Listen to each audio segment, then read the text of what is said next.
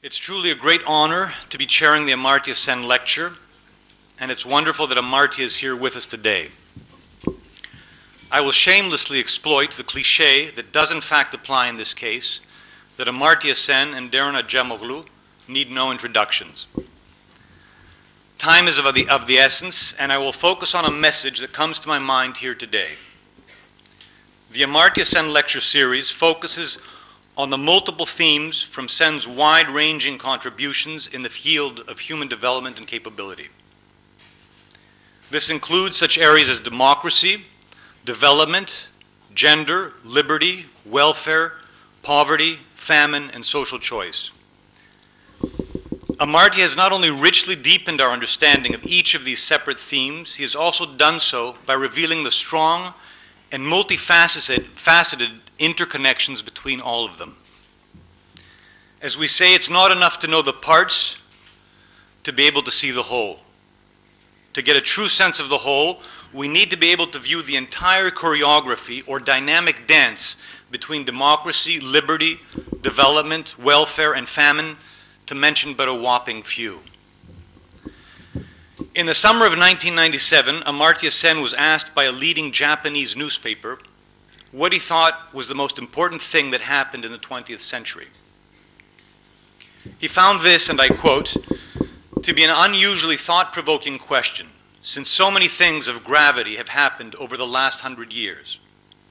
Nevertheless, he continues, among the great variety of developments that have occurred in the 20th century, I did not ultimately have any difficulty in choosing one as the preeminent development of the period, the rise of democracy. Democracy for Amartya Sen is a universal value worth being pursued everywhere and anywhere and always, irrespective of cultural, religious, or other differences. He has highlighted the plurality of the virtues, including, and I quote, the instrumental importance of political participation and freedom in human life. Second, the instrumental importance of political incentives in keeping governments responsible and accountable. And third, the constructive role of democracy in the formation of values in the understanding of needs, rights, and duties. Amartya has shown and explained why no famine has taken place in democracy. He has also been one of the strongest defenders of democracy against those who have espoused non-democratic regimes as being more conducive to economic growth, narrowly construed. This defense takes special importance for our world today. With the extremes on the rise all over the globe, including Greece, the cradle of democracy, that hard-won achievement of the 20th century seems threatened as never before. There are also those that point to China as providing an example of how development can be better promoted without democracy. It is in this context, and appropriately in this country, that defending the role of democracy in development is such a good way of honoring Amartya's work and ideals. It is on this connection between democracy and development that a central part of Acemoğlu's work has focused. He has provided forceful theoretical reasons for why democracy is the only way for countries to achieve long-term growth. He has followed this up with relentless empirical investigations that show that democracy causes growth.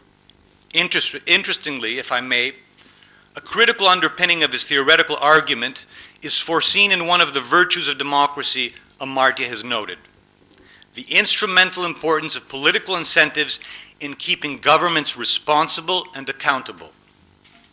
This seems to capture an important element of why inclusive political institutions, a term Daron used, are critical for Acemoğlu.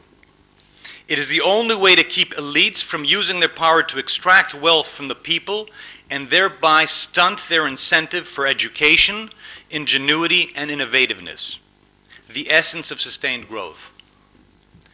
Amartya has shown us that development involves the expansion of freedoms both for their own sake and as a means of development. Daron Acemoğlu shows us that inclusive or participatory political and economic institutions are in fact the key to development. In today's lecture, Daron will talk about why nations fail. Democracy is very much at the center of this discussion. As the world, Europe, and especially Greece, is at a crossroad, we need to understand why we have failed and how we can change course. Democracy is a universal value that we need to pursue at all times and places for its many virtues. But that it is also the best way to ensure development is a wonderful and critical message that needs to be heard, especially in these times of crisis. Thanks.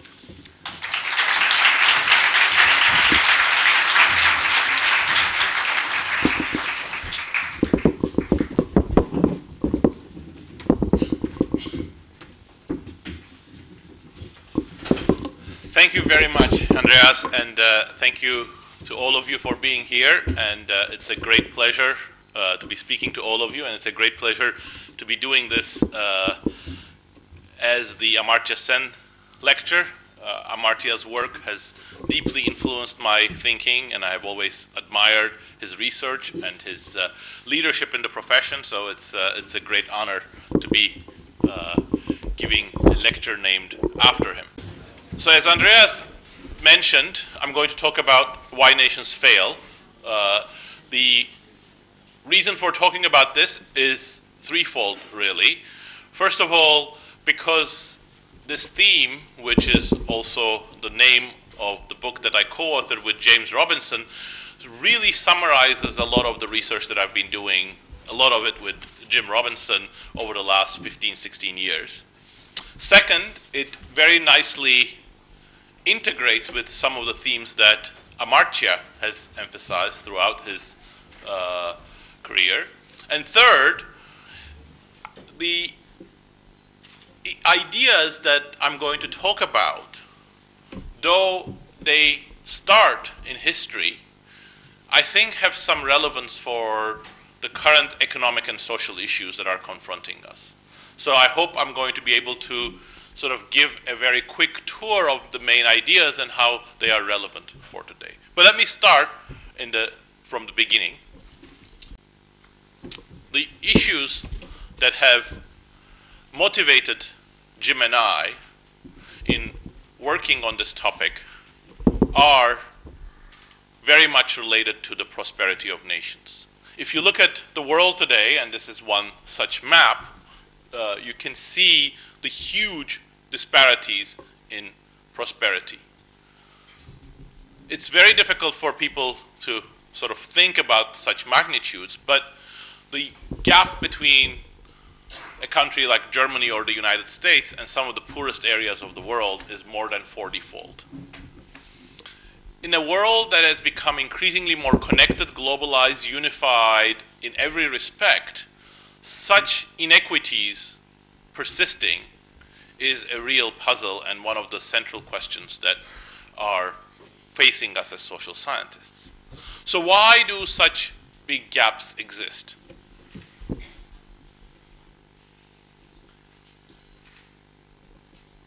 And I think one way of thinking about this is to look at the history. In fact, the great gulf that exists between rich and poor nations today did not, to a first approximation, exist 500 years ago. It's something that has emerged over the last 2.5 centuries as some parts of the world grew steadily and other parts of the world either did not grow or did so only much later. So in this figure, you see that the gap that exists, for example, between Asia and Western Europe was very small, and even that between Sub-Saharan Africa and Western Europe was largely a recent phenomenon. And then you see the roots of this recent phenomenon that Western Europe and parts like the United States and Canada started growing and kept growing steadily while other parts did not. So what explains this pattern? With such an important set of issues, of course it's not a surprise that many leading philosophers of their times have come up with ideas about why some societies are economically, politically, socially more successful. And with great disservice and to the wide variety of ideas, let me summarize them in some very broad categories. And these broad categories might appear at some level as having relevance only to the history, but actually when we come back to the current economic crisis, for example, you will see that very similar versions of them have resurfaced. And in fact, let me sort of call them geography, culture, and leadership. Geography is that some places are well situated because of their topography, because of their climate, because of their disease environments, and so on, to be able to take advantage of economic opportunities, and they are the ones that grow, and others that don't have such favorable geographies don't.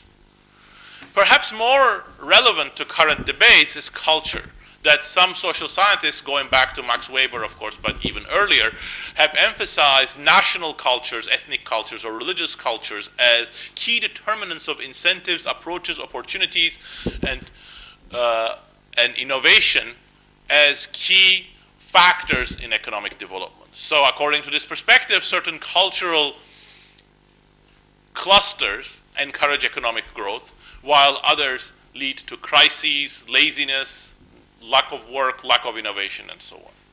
Or it could be that there are a range of policies that matter for economic growth, and whether these policies get chosen or not is something that leaders in a country decide. So societies economically prosper when they have the right leaders or the right advisors to the leaders, and as a result, those societies make the right policy choices. And other societies are slaves to some defunct theory or have bad leaders that don't have the right vision or have bad advisors, and as a result, don't grow. And of course, there is some truth to all of these factors, but the argument that we have tried to advance is that this is really much more about economic incentives and economic institutions. Actually, if you want to understand the roots of prosperity, they are much more to be found in the incentives, economic incentives, social incentives, and the incentives shaped by institutions. And in fact, at some level, this is very natural. It's exactly how, at this step, an economist would think about. If you take a basic economics course, first micro course, you're introduced to a world that's quite counterfactual at some level. But that world has some rules. It is private property. People can buy and sell things, especially labor and other factors of production. It's got perfect competition. It doesn't really mention things like theft and corruption and so on, because it's implicitly assuming that there is a very strong judicial system, and the contracts are going to be implemented. People are going to have the ability to enter into the beneficial agreements. And also, importantly, this is a world in which this is a world in which the playing field is quite level. There isn't a rule that says you, according to the color of your hair or the color of your eye, you cannot go into this occupation or that occupation. Or certain people, because of their connections, are the ones that can open this sort of business and not that sort of business. This sort of textbook story at some level is really much more than free markets. It's not just free markets that people can trade freely. It's a free market undergirded by a system in which people have the capability, and this relates to Amartya's work, the capability to make best use of their talents, comparative advantage, ambitions, wishes. And that world, I'm going to say, has inclusive economic institutions. And here is the place where I start deviating slightly from the textbook economic model, that most textbook economic models don't just present this as a world that's hypothetical, but they also view it as a good approximation to how the economy works. And it is true that the economy can be approximated this way, perhaps in a number of countries, especially in the recent periods. But throughout history, and even today, most countries are very, very far from this ideal. Instead, we call them as functioning under extractive economic institutions. And extractive economic institutions are very much the opposite, the other ideal type. Of course, the reality is somewhere in between, but just to fix ideas, they're at the other extreme. There are no secure property rights, especially if you're not politically connected. It's very far from a level playing field, because some people are banned from certain activities. Some people's labor is not bought in the market, but coerced out of them. Some businesses are favored, some others are disadvantaged. And the judicial system and all of the things that are supposed to be supporting the market economy work very much to the advantage of some people and disadvantage of others. And these economic institutions we call extractive because our point is that these extractive economic institutions haven't emerged because of some cultural reason or because some bad leadership reasons. They are not policy mistakes. They are there for a purpose, and their purpose is the benefit of the politically powerful, whom I going to call economic elite or the political elite or just the elite. And the elite benefit from these extractive economic institutions, often directly or indirectly extracting resources from the rest of society. So these extractive economic institutions are there for a reason. It's just that the reason is not to bring prosperity to the broad cross-section of society, but to create social, economic, or other advantages to some subset of society. Thank you. And the key thing is that these economic institutions are themselves very closely connected with political institutions. And in fact, that's sort of obvious as you take the first step. That if you recognize that these extractive economic institutions are there to benefit some people at the expense of the rest, you have to ask immediately, well, how come they are actually in place? How come they're not being thrown out? And why is it that some places end up with inclusive institutions and some places end up with extractive economic institutions? And the answer is related to political institutions. Political institutions, broadly construed, are the things that determine the distribution of political power in society. So, if you take a quintessential example of extractive economic institutions, slavery, it doesn't come up because the slaves voluntarily say, well, we want to be slaves. It comes up because they are coerced to be slaves. And that coercion is made feasible by a political system. So if you look at the political system of places like Barbados, they are very much dominated by a planter elite who are the beneficiaries of the slavery. So that makes us think of extractive political institutions that concentrate political power in the hands of a few people and place no checks on the exercise of that power.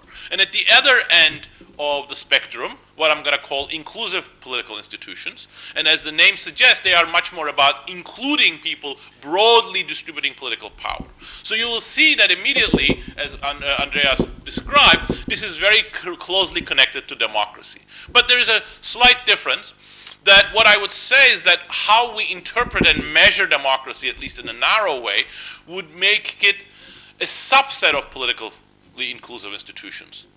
So in other words, to put differently, there is no way that a non-democratic country that disenfranchises half of its population could be an inclusive political system. But just because you have elections doesn't mean that you can become an inclusive political system, because elections could take place in a society in which the political party system or other aspects still marginalize an important fragment of society, still fail to introduce ways in which political power is shared in a true way, and there are constraints on whoever political leaders come to power. And the key thing is that these economic and political institutions are synergistic, and that's why I have, not very creatively, but I think for emphasis reasons, called them inclusive economic institutions and inclusive political institutions. Inclusive economic institutions tend to support inclusive economic institutions, and extractive political institutions tend to support extractive economic institutions. So, in other words, there are forces that push you towards the diagonals of this matrix. But this doesn't mean that no country is going to be in the off-diagonals. Countries can be for long periods of time in the off-diagonals, but there are going to be tensions in the off-diagonals. So, for example, if you have extractive political institutions that concentrate political power in the hands of a small fraction, but at the same time you have major inclusive elements in the economy, there's going to be some tensions that those who control political power at some point are going to say, no, no, that's not actually what we really wanted to do, or the economic mobilization is going to put more and more pressure on that monopoly of political power that they have. Now, the key thing is that growth under inclusive institutions is more likely than growth under extractive institutions. And what I mean by that is not that there aren't macroeconomic factors, that there aren't lots of other factors that are going to determine whether an economy is going to go through crisis or not. And I certainly don't mean, and I'm going to come back to this, that economic growth is not feasible under extractive economic institutions.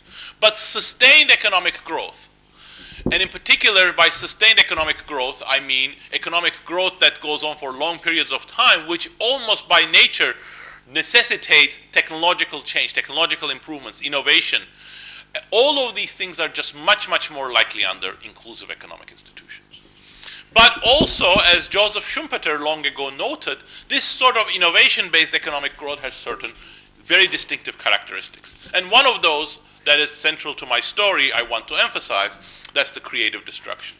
Innovation often takes the form of new ideas coming and replacing old ones, new firms coming and replacing old ones, new technologies coming and making old technologies redundant, and so on. So this creative destruction aspect is a very important part of growth under inclusive institutions, but it's also one of the reasons why this is going to create some tensions when societies are trying to switch to economic growth. So, of course, I have just proposed a very, very simple form of another alternative theory than the ones that I started with at the beginning based on geography, culture, or leadership. So, why should you believe it? Well, unfortunately, in a short period of time, I don't really have the ability to provide econometric or statistical or detailed historical evidence to try to make this theory more plausible for you, especially if you're a believer of the cultural or geographic perspective. But what I can do, and this is what I'm going to try to do, is I'm going to try to give you one historical example to tell you about this, and then from there bring it to the modern times. And the historical example, of course, chosen for the reasons that it actually tells the story very well, is about the beginning of that big divergence that I showed you in the second slide, where the, say, places like the Western offshoots, North America, the United States, start growing and Latin America doesn't. So where do we find the origins of this? Well, I think one natural place to start is with the colonization of these lands, because everything that happened after the 16th century, after the beginning of the 16th century in the New World, the so-called New World, is very intermingled with this colonization. And of course the stories of Cortez and Pizarro are very well known, but let me tell you the story of another conquistador, a man by the name of Juan Díaz de Solís, who around the same time as Cortez was starting the colonization of the Aztecs, started the colonization of the lands that are essentially Argentina today.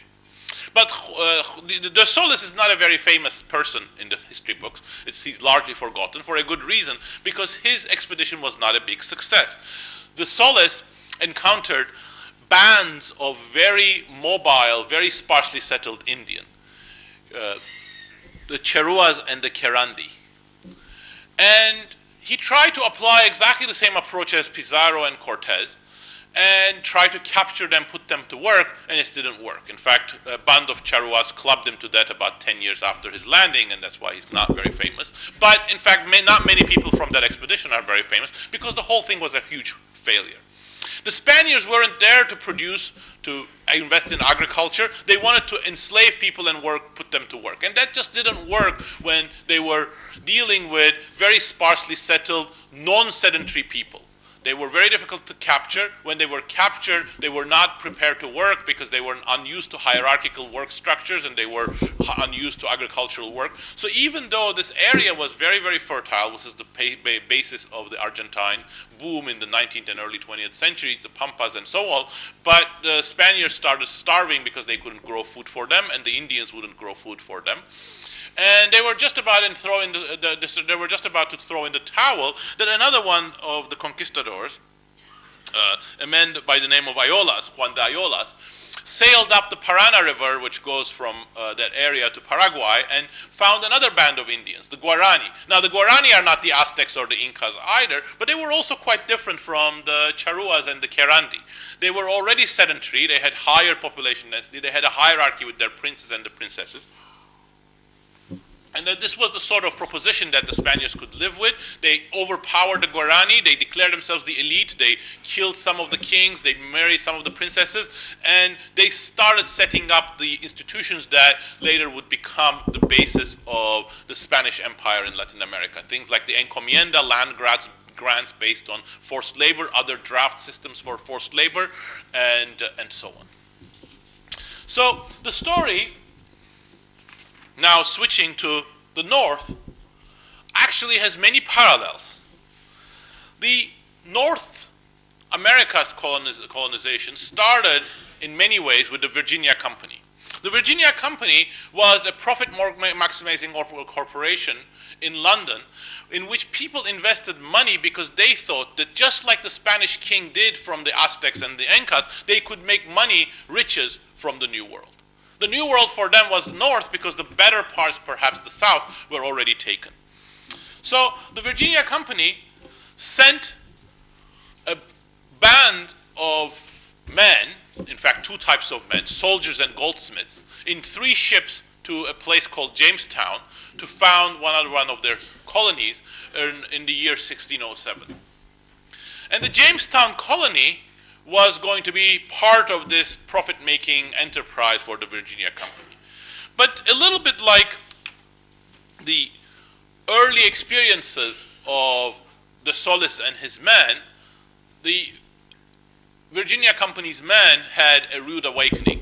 They were surprised to find no gold and no Indians who were going to work for them, but instead they were faced with hunter-gatherer, sparsely settled, mobile, non-sedentary Indians. And they went through exactly the same things. In the American history, this is called the starving time. And many of them died. But differently from the Spaniards, they did not even have the option of going to some other area and find another civilization that they would be much more amenable to being colonized with a higher population density that they could profitably use. So at this point, the Virginia Company faced a conundrum. They could entirely abandon their project, or they had to make do with some other strategy. And they came up with another strategy. They said, well, okay, we're not going to make as much money as we thought we were going to make, but we can still turn this into a winner. And to do that, we'll ship people, indentured laborers, from Europe. There were many, many poor people in Europe at the time who are willing to sign anything, and we'll make them the workers in this colony, and we, the captains and the soldiers and the shareholders of the Virginia Company, we could still make money. And this is what they did. And to give you a sense of what this was like, let me actually read directly from the laws that they passed at this time by Sir Thomas Gates and Sir Thomas Dale, who were the governor and the deputy governor of the Jamestown colony. No man or woman shall run away from the colony to the Indians upon pain of death. Anybody who robs a garden, public or private, or a vineyard, or who steals ears of corn shall be punished with death. No member of the colony will sell or give any commodity of this country to a captain, mariner, master, or sailor to transport out of the colony for his own private use upon pain of death. So if you read this, you see 2 things. First of all, this was a very, very harsh place. Not one of the sort of the image of religious freedom seeking Americans living in perfect harmony. But it was for one reason, because they were trying to control a very valuable resource, labor. Labor is what they had invested in to bring this indentured servants, and labor was what was not very happy there. because labor was being repressed, labor was being underpaid, labor was being exploited. And they tried to do all of these things in order to be able to control that labor. But it didn't work. It didn't work because the opportunities for that labor were wide when you were covered by open frontiers that people could run and live with the Indians or grow food by themselves or trade on the side. So in the year 1618, a mere 11 years after its founding, the Jamestown colony introduced a third strategy. And together with this third strategy, an entire institutional innovation in the New World. They introduced private property. Until then, there is no private property in the New World. There is no private property whatsoever in the Spanish colonies. Everything is the king's property, and it's given as a grant, and that's exactly the system that the Virginia Company wanted to implement. And in 1618, they introduced this headright system where the previous indentured laborers would now become private property holders, and they could grow whatever food they wanted, they could sell it to whomever they wanted, they could follow it in whichever way, make whatever investment. This was private property pure and simple for the first time. It was a huge deal in history, in my opinion, but it wasn't enough. It wasn't enough for a very simple reason. You're one of these laborers. A year ago, Sir Thomas Gates and Sir Thomas Dale are executing you, or at least threatening to execute you, because you sold an ear of corn to a sailor. And now they tell you you have this private property and will defend it. You'll be quite skeptical about this, I think. And the problem is that what the Virginia Company was trying to create was something off the diagonal. Political power still in their hands, but we'll give you better economic incentives. And it didn't work. People wanted more, and what they wanted was the political power in their hands. So 1 year later, a second huge institutional revolution. Again, for the first time in the New World's history, there was a General Assembly where the settlers now would be themselves governing themselves. Now, as they say, the rest is history. There are many, many interesting things that are going on, but I'm not going to talk about them. But suffice it to say that these things, and this is the reason why I'm emphasizing, are not without any consequence. They persisted to some degree, and they became the basis of the divergence between Latin America and the United States. And when you think about it, at least in this episode, and of course I have chosen this episode, it looks quite clear that this has nothing to do with geography. It wasn't the geography of the place that made one place more productive versus another. In fact, quite the opposite. The reason why there were so many very densely populated civilizations in South America is because productivity, labor productivity in agriculture was very high.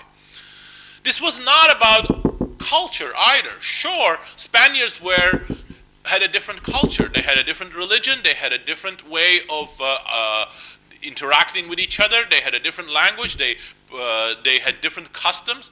But at the end of the day, despite all of those differences, what's remarkable is how similar their strategies were. Their strategies were almost identical in how they sent military power in order to capture and put people to work, and they got frustrated when they couldn't do that, and they tried to sort of go around that in exactly the same way. The reason why there is this difference in the outcomes is because the conditions on the ground were different. The conditions on the ground forced the Virginia Company and its elites to make concessions that never happened in the South. And this was not about leadership either. Of course, Sir Thomas Gates and Sir Thomas Dale were leaders. They made decisions. And so did Cortes, Pizarro, and de Ayolas, and de Toledo, and all of these famous conquistadors. But at the end, it's very difficult to make the case that any of these leaders like Sir Thomas Gates and Sir Thomas Dale had some enlightened leadership and they saw the promise of inclusive economic institutions or the right policies. In fact, those things were shoved down their throats. It was a failure for them. They went home disgraced because they could not set up the extractive economic and political institutions that they wanted to set up. So this is some preliminary introduction to saying why the ideas that I'm talking about make sense. But there are two additional issues that might be, oh God, okay. All right, let me pick up speed. that I want to say two additional issues, and then I'm going to come to the present 300 years, 400 years. The first one is that I want to emphasize why these extractive economic institutions have a logic. Why is it that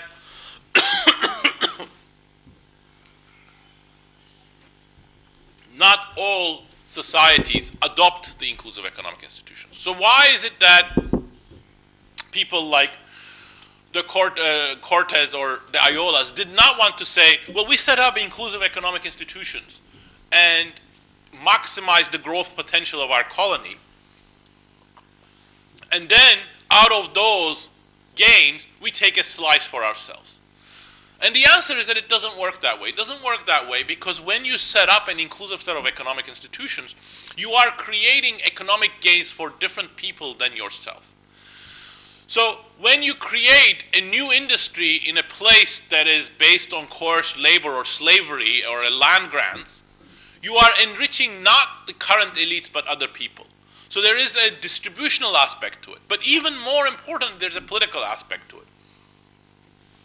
That creative destruction that I emphasize also implies that whenever you introduce inclusive economic institutions, the economic changes that it brings also destabilizes the political system that underpins the previous system. So as a result, these fear of creative destruction, the desire to avoid creative destruction is one of the reasons why extractive economic institutions and extractive political institutions are so long-lived. So then the final thing I want to emphasize, yes, please.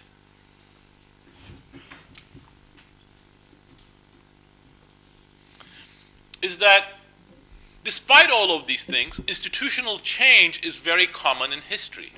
It's very common in history because institutions not only influence things, but they are themselves a reflection of conflicts in society. And the way that James and I have tried to think about this is that these institutional dynamics take two forms. One is what we call the institutional drift, which is that just the usual back and forth that exist between different groups vying for different things, just like what we have seen in the Jamestown, will sometimes lead to institutional changes. The strategy of the Jamestown, the Virginia company doesn't work, and this is going to lead to some institutional concessions. But the bigger changes sometimes come not just from that drift, but from the presence of what we call the critical juncture.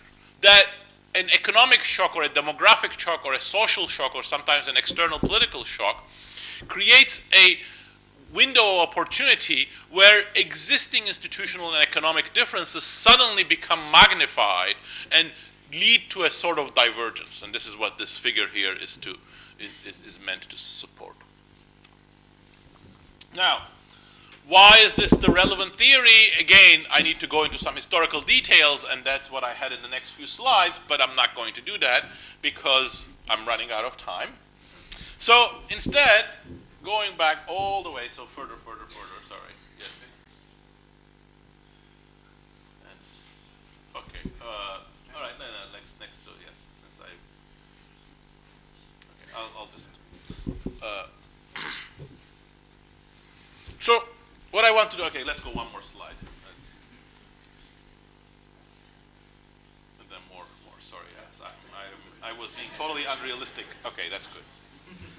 So what I'm now going to spend the remaining part of my time is to bring this much more to the current context.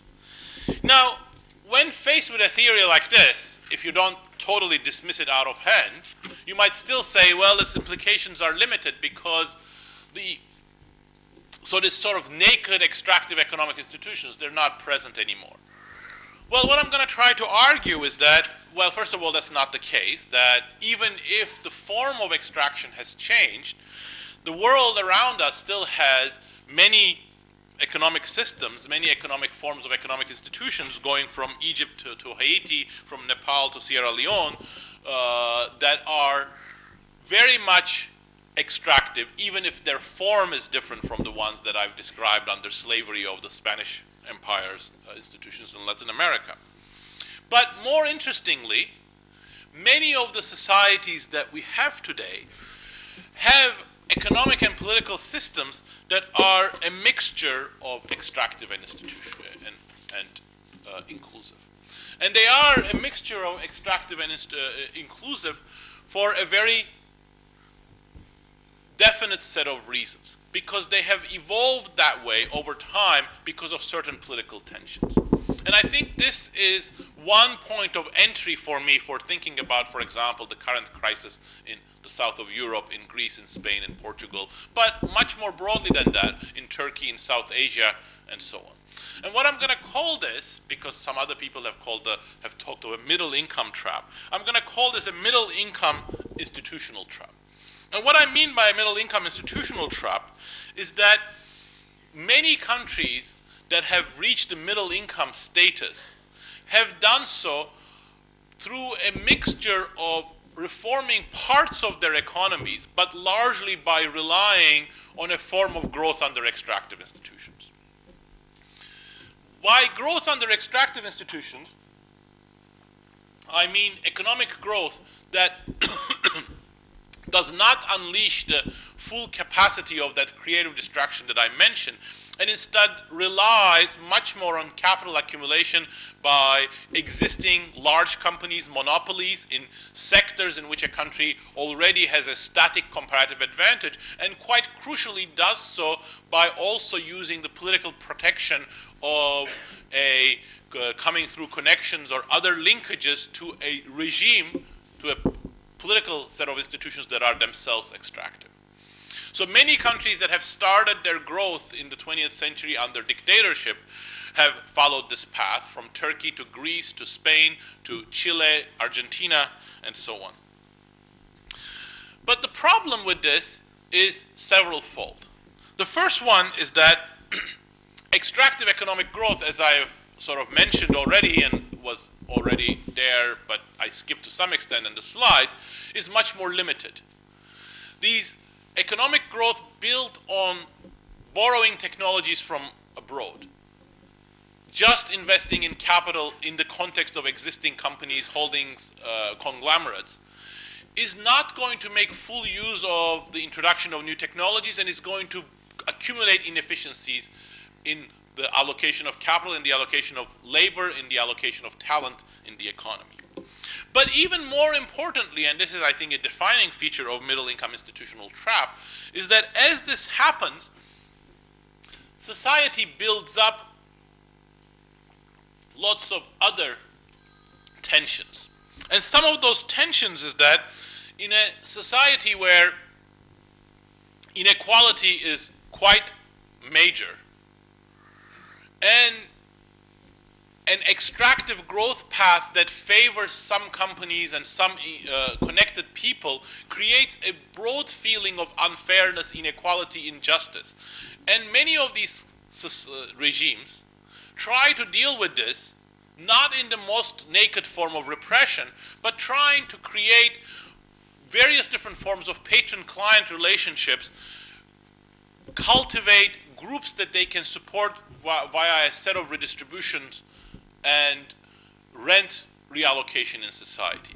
So as a result, what you have created in many of these middle-income countries is an institutional melange that consists of major firms that are very much protected, but also beginnings of a social welfare state that is there not so much to create the level playing field that we want under the inclusive economic set of institutions, but to play a political role of containing political discontent.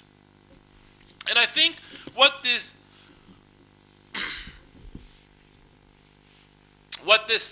middle-income institutional trap does is that it creates a great propensity for economic crises.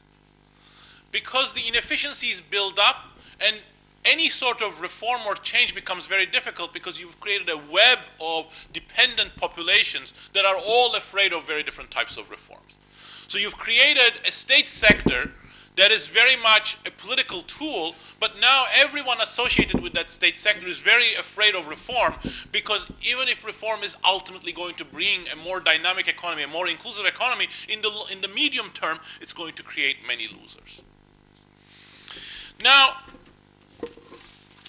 in this context, and trying to wrap it up, I was going to try to bring it to the European context. But let me sort of skip that and let me try to conclude why I think this is relevant for, and just if we can just go to the last slide, thank you. Why I think this is relevant for Greece and Southern Europe, but also to many countries in Latin America. I think the economic crises that have been created, as I have emphasized, are an outcome of the interaction between a political system that has evolved over time as a mixture of inclusive and extractive, thus bringing some growth but in a very lopsided manner, and lots of international conditions, for example, accession into the European Union in the Greek case, also in the Spanish and the Portuguese cases, but also create a lot of opportunities for further change. And I think the most important thing that I want to emphasize here is that if you take the sort of the view, which I haven't had enough time to sort of explain in detail, but I have at least sort of outlined, which is this sort of small change of institutions becoming magnified during periods of crisis or during periods of new opportunities, also presents a template for why periods like this are so important. They are very important because during periods like this, we have seen many countries take a turn for the worse, because as new tensions build up, sometimes the whole system breaks down, goes into extremism, civil war, and so on and so forth. But also, if the political system is strong enough to be able to withstand these challenges, it has the chance of being on the upward part of that institutional divergence. And I think this perspective is not trying to be sort of look at the world through rose-tinted glasses, but it is at some level more optimistic than the alternatives. So if your view is one based on geography or culture, you're going to be very much thinking about, well, can Southern Europe really be part of the European Union? Can really become innovative and as hardworking and so on? But I think those are totally beside the point. There is no evidence that there are any cultural aspects that make Greece or Portugal or Spain becoming, over time, less and less economically successful. I think on the contrary, what you see, the political challenges becoming unresolved over time, that were really the ones that underpin many of the problems that all of these countries have experienced. But if that's the case, there is a much greater room for being able to solve these challenges, especially because one thing that the European Union has managed to do is that it has created a stable democracy, at least at the national level. Not at the supranational level, and that's one of the failings of the European Union, that there has been some centralization of force, but without any accountability or representation at the European level. But at the national level, those democratic institutions are quite stable. And if that's the case, perhaps these new challenges, especially if they are analyzed and put in the right context, might present an opportunity for breaking this middle income institutional trap and all of the other difficulties that this long period of the accumulation of these extractive inefficiencies have created. And again, I wish I had a little bit more time to go into the details of this, but perhaps in the question and answer time we can do so. Thank you very much.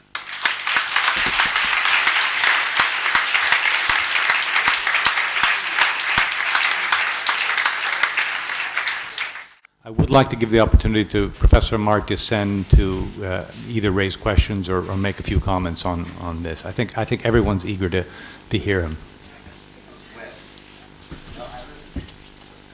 I was more concerned with the fact that I was put down as a discussant, and it could be seen as a dereliction of duty that I didn't discuss. But it's not all is lost, since he and I live in the same town.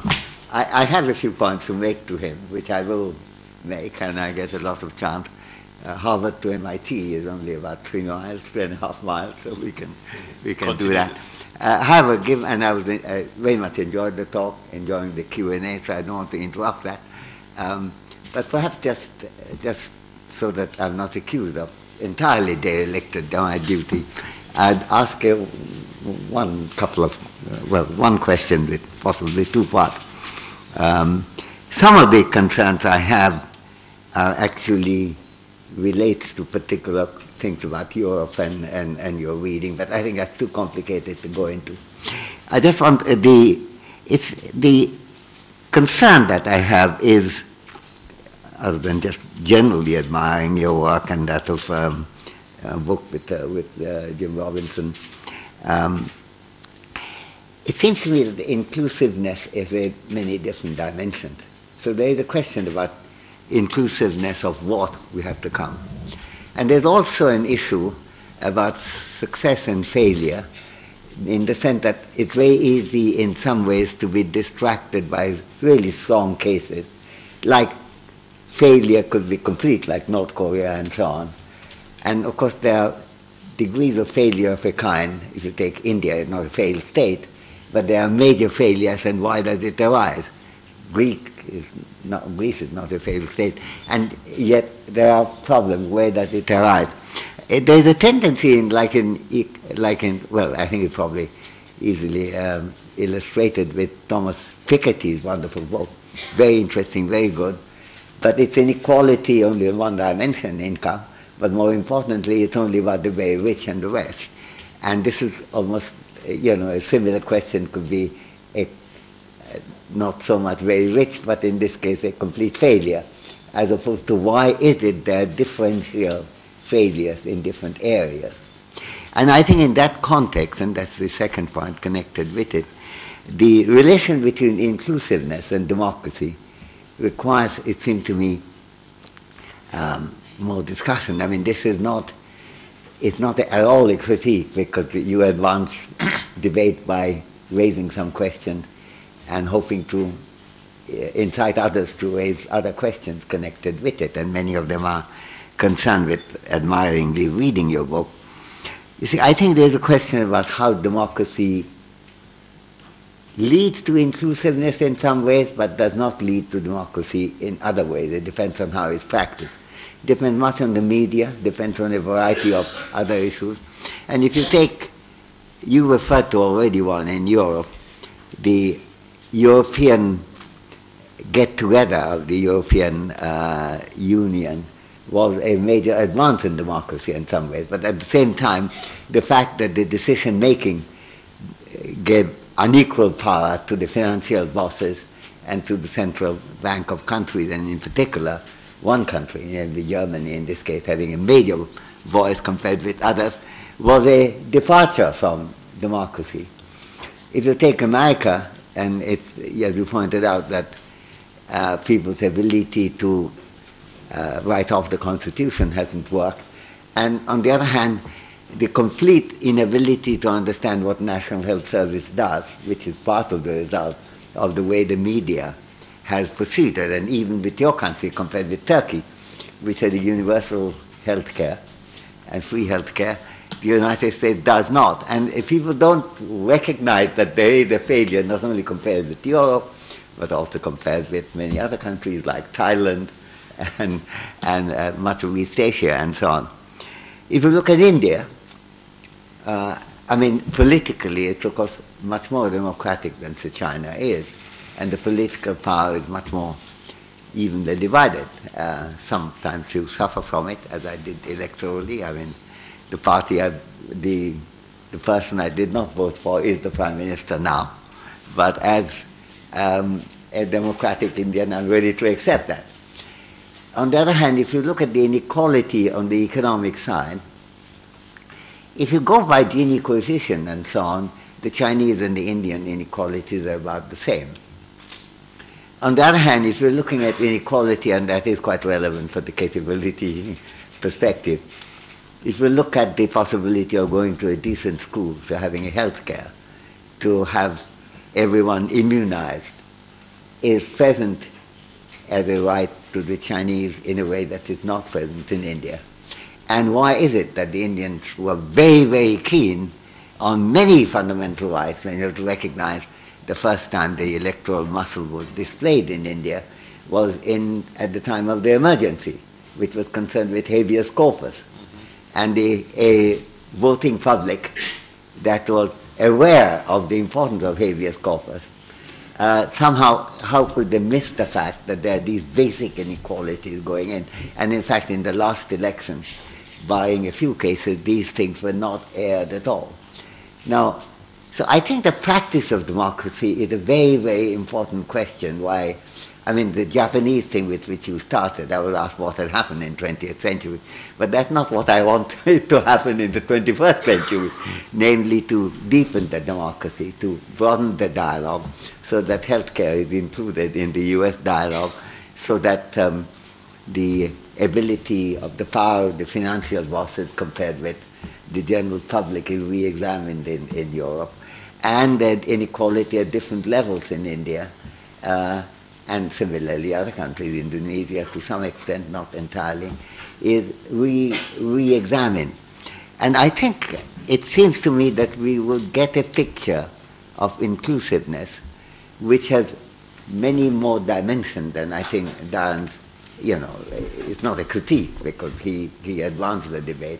It's a question of taking it beyond, has not been able to do. And actually, if you look at even China, inclusiveness is very much present there. There was inclusiveness at some level, even when the Communist Revolution took place, because the Maoist regime was entirely committed to having education for all, and healthcare for all, though at a very elementary and rather inferior level. That did happen. By the time the economic reform came in 1979, China already had a life expectancy of 68 years compared with India's 53 or 54. It's a huge proportion of the population, nearly all of it, had some schooling, which India didn't have. So that was a participatory thing, but not democratic in some other ways.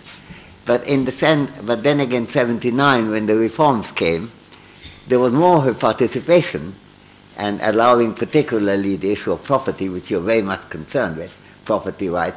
In case of land and agriculture, it did not take the form of property rights, but long-term power over your land, which is the responsibility system, generated an incentive which the Chinese didn't have. So in some ways, there was an inclusiveness, and quite close to your own work, expanding in the direction, both in agriculture, 1980s saw the fastest rate of growth of agriculture in any country in the history of the world. That happened in China. And in 1990s, you have this property rights being widely used in the institutional changes that made China the world beater in economic respect. However, things were still holding it back. The life expectancy moved from 68 to 71, 3 years only in 25 years. As a result, the gap between India and China became less than half what it was. Not because India was doing anything right, but the Chinese were doing many things wrong. So while they extended the inclusiveness in landholding and property rights and many other things, they were not extending that in healthcare, which they had, but in the zeal for having the market economy everywhere, the Chinese decided to not only marketize industry and agriculture, which were great success, but also abolished universal health insurance. So the percentage of people with health insurance dropped between 79 and 81 from 100% to 12%. And that stagnation of life expectancy that we see for the following 25 years is because it didn't catch up until 2004. By the time 2004, the Chinese decided they made a mistake. Of course, with super rapid speed, they moved from 12% to now about 97% in less than a decade, which was a kind of dramatic change. And what it also shows is the other aspect that in India, if you want to bring about a change, since it's a democracy, and it will be more stable change. I mean, Chinese have gone through many incivilities, including the Chinese famine, which killed more people, 30 million people, than any famine in the history of the world, and so on. But you will get more security with democracy, but it requires a slower machine. You have to convince the majority, get the media right. Where the Chinese, there may be 12 people to convince. And if 12 powerful people are convinced, then there you are. You go from 12 to 97% very rapidly. Completely different dimension of the inclusiveness issue. That one comes in. So I think this is wonderful what you've done to focus on inclusiveness, which is a broader issue in some ways than democracy. Bring in the question of the practice of democracy into it, and you and I think beyond my time now. So you and I could chat about that when we are back home. Wonderful.